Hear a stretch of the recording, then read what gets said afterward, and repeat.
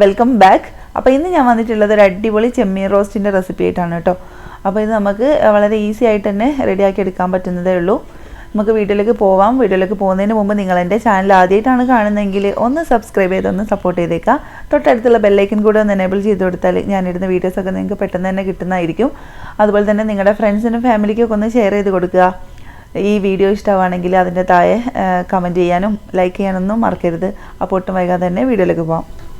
അപ്പോൾ ഈ ചെമ്മീൻ റോസ്റ്റ് റെഡിയാക്കി എടുക്കാൻ വേണ്ടിയിട്ട് ഞാനിതാ ഇവിടെ ഒരു 350 ഗ്രാം ചെമ്മീനൊന്ന് കഴുകി വൃത്തിയാക്കി എടുത്തിട്ടുണ്ട്. അതിലേക്ക് ഒരു 1/4 ടീസ്പൂൺ മഞ്ഞൾപ്പൊടി, 1 ടീസ്പൂൺ മുളക് പൊടി, ആവശ്യത്തിന് ഉപ്പും കൂടെ ചേർത്തിട്ട് നന്നായിട്ട് നമുക്കൊന്ന് മിക്സ് ചെയ്യാം.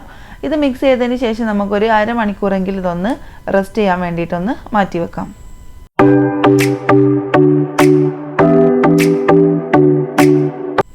അപ്പോൾ നമ്മളിതാ ഇവിടെ ഒരു അരമണിക്കൂറായിട്ടുണ്ട് ഇതൊന്ന് മാറ്റി വെച്ചിട്ട്. അപ്പോൾ ഇത് ജസ്റ്റ് ഒന്നും കൂടെ ഒന്ന് മിക്സ് ചെയ്ത് കൊടുത്തതിന് ശേഷം നമുക്കിതൊന്ന് ഫ്രൈ ചെയ്തെടുക്കാം. അതിനായിട്ട് ഞാനിതാ ഇവിടെ ഒരു 4-5 ടേബിൾ സ്പൂണോളം ഓയിൽ ഈ ഒരു പാനിലേക്ക് ഒഴിച്ചു കൊടുക്കുന്നുണ്ട്.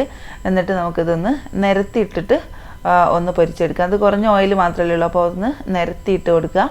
എന്നിട്ട് കളറൊന്ന് ചേഞ്ചായി വരുന്ന സമയം നമുക്ക് എന്ത് ചെയ്യാം, ജസ്റ്റ് ഒന്ന് തിരിച്ചിട്ട് കൊടുക്കാം. അതിനുശേഷം ഒന്ന് കളറ് കുറച്ചും കൂടെ ഒന്ന് ചേഞ്ചായി വരുന്ന സമയത്ത് നമുക്കത് കോരി മാറ്റി ചെയ്യാം. മുഴുവനായിട്ട് നല്ല രീതിയിൽ അങ്ങോട്ട് ഫ്രൈ ആവേണ്ട ആവശ്യമില്ല, കാരണം നമുക്കിത് മസാലയിൽ കിടന്നിട്ട് ഒന്നും കൂടെ ഒന്ന് വെന്ത് കിട്ടാനുണ്ട്. അതുകൊണ്ട് അത്യാവശ്യം ഒന്ന് റെഡിയായി കിട്ടിയാൽ മതി. ഇതാ ഈ ഒരു പരിവാകുന്ന സമയത്ത് നമുക്ക് എന്ത് ചെയ്യാം, ഒരു പ്ലേറ്റിലോട്ട് കോരി മാറ്റി കൊടുക്കാം.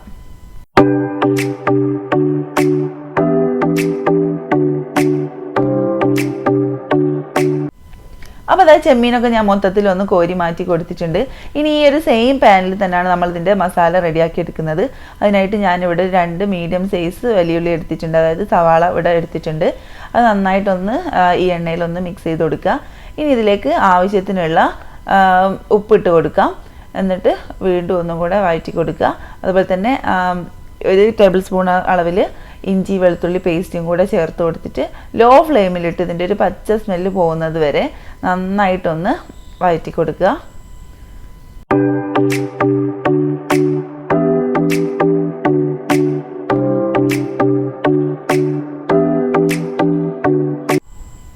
അപ്പോൾ ഇതാ നമ്മുടെ ഉള്ളിലേക്ക് ഇവിടെ നന്നായിട്ട് സോഫ്റ്റായി വന്നിട്ടുണ്ട്. ഇനി ഇതിലേക്ക് നമുക്കൊരു 2 മീഡിയം സൈസ് തക്കാളിയും അതുപോലെ തന്നെ 3 പച്ചമുളകുമാണ് ഞാനിവിടെ ചേർത്ത് കൊടുക്കുന്നത്. മുളകൊക്കെ നിങ്ങളുടെ എരിവിനനുസരിച്ച് കൂട്ടുകയോ കുറയ്ക്കുകയോ ഒക്കെ ചെയ്യാം. ഇത് അത്യാവശ്യം എരിവുള്ള മുളകായതുകൊണ്ടാണ് ഞാനിവിടെ ഒരു 3 എണ്ണം ചേർത്ത് കൊടുക്കുന്നത്. അപ്പോൾ അതും കൂടെ ചേർത്ത് അതിലേക്ക് കുറച്ച് കറിവേപ്പിലയും കൂടെ ചേർത്തതിന് ശേഷം നന്നായിട്ടൊന്ന് മിക്സ് ചെയ്യുക. അതിനുശേഷം മൂടി വെച്ചിട്ട് ഈ തക്കാളി ഒന്ന് സോഫ്റ്റായി വരുന്നവരെ ഒന്ന് മൂടി വെച്ച് വേവിച്ചെടുക്കാം.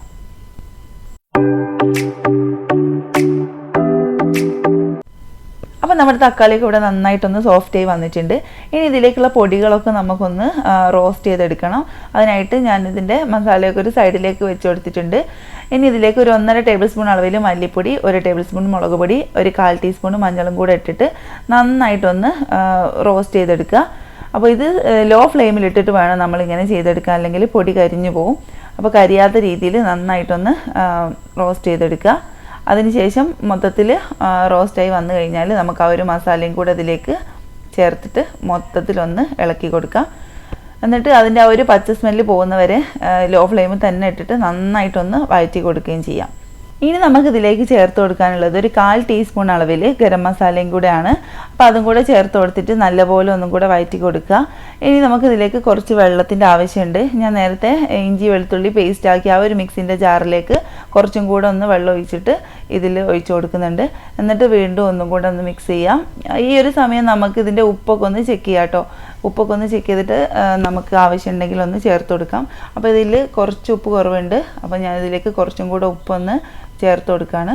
അതിനുശേഷം നന്നായിട്ടൊന്ന് മൂടി വെച്ചിട്ട് 2 മിനിറ്റ് നമുക്കൊന്ന് തിളപ്പിച്ചെടുക്കാം. അപ്പോൾ ഇതാ ഒരു 2 മിനിറ്റ് കഴിഞ്ഞ് തിളച്ച് വന്നിട്ടുണ്ട്.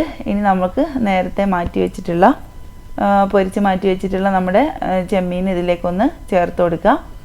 എന്നിട്ട് നന്നായിട്ടൊന്ന് മിക്സ് ചെയ്യുക. എന്നിട്ട് ഒരു 5 മിനിറ്റോളം നമുക്കിതൊന്ന് മൂടി വെച്ചിട്ടിതൊന്ന് വേവിച്ചെടുക്കാം. ഇനി അവസാനമായിട്ട് നമുക്കിതിലേക്ക് ചേർക്കാനുള്ളത് കുറച്ച് കറിവേപ്പിലയും അതുപോലെ തന്നെ മല്ലിയിലയും കൂടിയാണ്. അപ്പോൾ അതും കൂടെ ചേർത്ത് കൊടുത്തതിന് ശേഷം നമുക്ക് നല്ല രീതിയിലൊന്ന് മിക്സ് ചെയ്ത് കൊടുക്കാം. മിക്സ് ചെയ്തതിന് ശേഷം നമുക്ക് 1 മിനിറ്റ് ഒന്ന് അടച്ചു വെച്ചിട്ടൊന്ന് വേവിച്ചെടുക്കാം.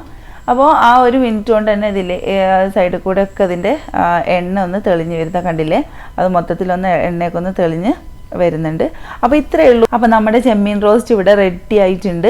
അപ്പോൾ ഇത്രയേ ഉള്ളൂ, നല്ല ഈസി ആയിട്ട് നമുക്ക് റെഡിയാക്കി എടുക്കാൻ പറ്റുന്നതേ ഉള്ളൂ. ആ ഒരു ചെമ്മീൻ്റെ തോല് പൊളിച്ച് എടുക്കുന്ന ആ ഒരു സമയം മാത്രം മതി, ബാക്കിയൊക്കെ നമുക്ക് ഈസി ആയിട്ട് തന്നെ ചെയ്യാവുന്നതേ ഉള്ളൂ.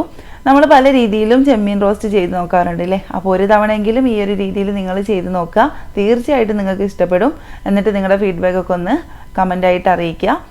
അപ്പം നല്ല ചൂട് ചോറും അതുപോലെ തന്നെ നമ്മുടെ ഈ ഒരു ടേസ്റ്റി ആയിട്ടുള്ള ചെമ്മീൻ റോസ്റ്റും അതിൻ്റെ കൂടെ എന്തെങ്കിലും ഒരു ഒഴിച്ച് കറി ഉണ്ടെങ്കിൽ അടിപൊളിയാണ്. അപ്പോൾ നിങ്ങൾ തീർച്ചയായിട്ടും ഇതൊന്ന് ട്രൈ ചെയ്ത് നോക്കണം. അപ്പോൾ പുതിയൊരു വീഡിയോ ആയിട്ട് നമുക്ക് വീണ്ടും കാണാം. അതുവരേക്കും ബൈ.